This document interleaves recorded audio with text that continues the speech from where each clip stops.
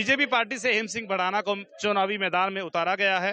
लगातार कार्यालय के उद्घाटन किए जा रहे हैं।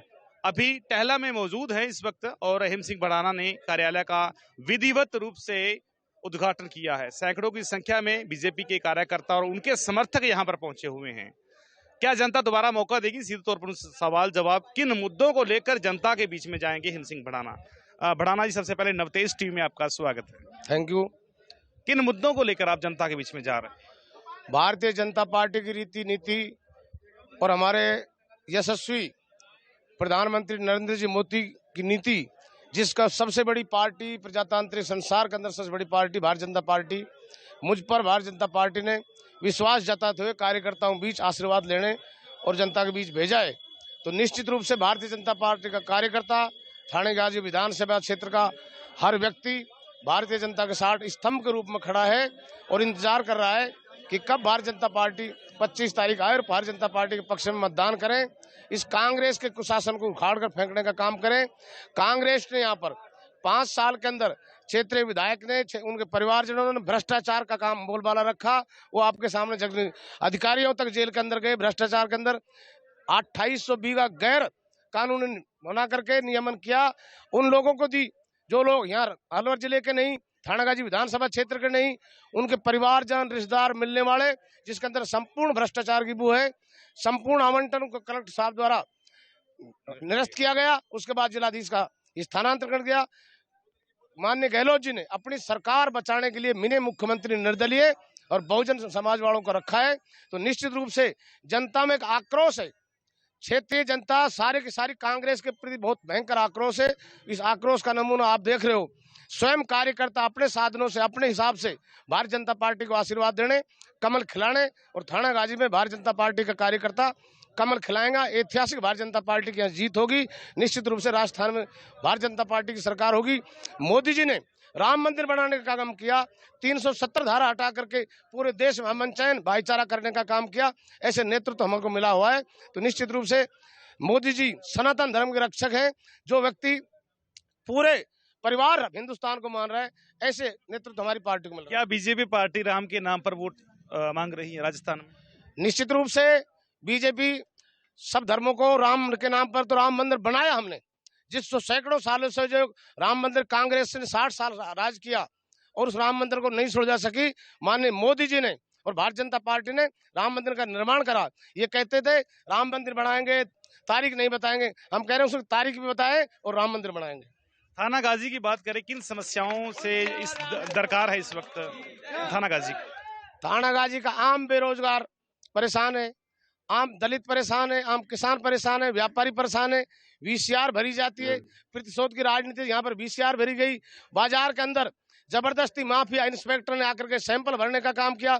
हमारे श्रद्धा का केंद्र पांडुपोड़ जी भर्तृ जी के रास्ते का आवागमन कर रखा है।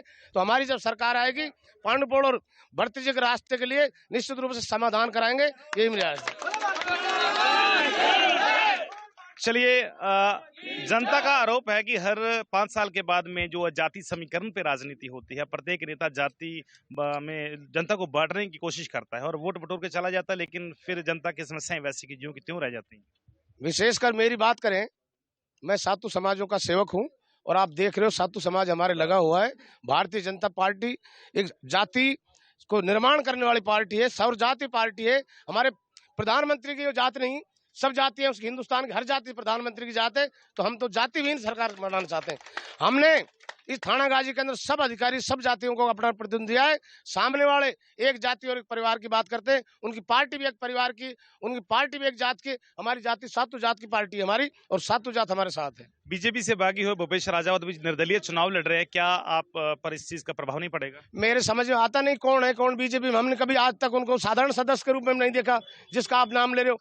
भारतीय जनता पार्टी के सारे मंडल पदाधिकारी, बूथ अध्यक्ष, कार्यकर्ता सब एक मुखी हैं। कितने मार्जिन से जीत होगी आपकी? मार्जिन तो आज तक इतिहास टूटेगा। जितने मार्जिन से कोई नहीं जीता, इतने मार्जिन से भारतीय जनता पार्टी का कमल थाना गाजी में खिलेगा। आप विधायक भी रह चुके, मंत्री भी रह चुके, क्या क्या कार्य आपके द्वारा पहले किए गए थे? मेरे द्वारा क्या कार्य ने, आज हम सामने खड़े हैं, ये सड़कें भी एनसीआर का पैसा ला करके, सीआरएफ का पैसा ला करके, और जिस तहसील की आप बात कर रहे हो, कैलाश सब तहसील को मेरे द्वारा शिलान्यास किया गया और मेरे द्वारा उद्घाटन किया गया। तो भारतीय जनता पार्टी के जितने भी काम हुए, ये पेयजल का, सड़क का, शिक्षा का, रेवेन्यू का, सारे के सारे कार्य भारतीय जनता पार्टी के समय में और हमारे द्वारा कराए गए। क्या कहना चाहेंगे थानागाजी की जनता को? थानागाजी की जनता रामराज चाहती है और निश्चित रूप से 25 तारीख के बाद रामराज कायम होगा। सब जाति, सब धर्म, सब भाई अमन चैन से होगा। और जो एक तरफी चाल चल रहे थे कांग्रेसी, तुष्टिकरण की नीति करने वाले, कन्हैयालाल की हत्या कर जिसके करने वाले, बम ब्लास्ट के अंदर जयपुर के अंदर हुआ, उसके उनको सजा मिलनी चाहिए थे, उन्हीं को एजीनी ने पैरवी नहीं कराई और वो बरी हो गए। इसलिए इस तुष्टिकरण की नीति के खिलाफ अमन चैन चाहती थानागाजी जनता, वो अमन चैन भारतीय जनता पार्टी देगी।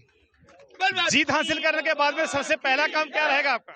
है जीत हासिल करने के बाद में सबसे पहला काम थानागाजी के लिए क्या रहेगा? जनता की भावना के अनुसार क्षेत्रीय समस्याओं को जनता जो बताएगी, जैसे जैसे सारे काम होते चले जाए।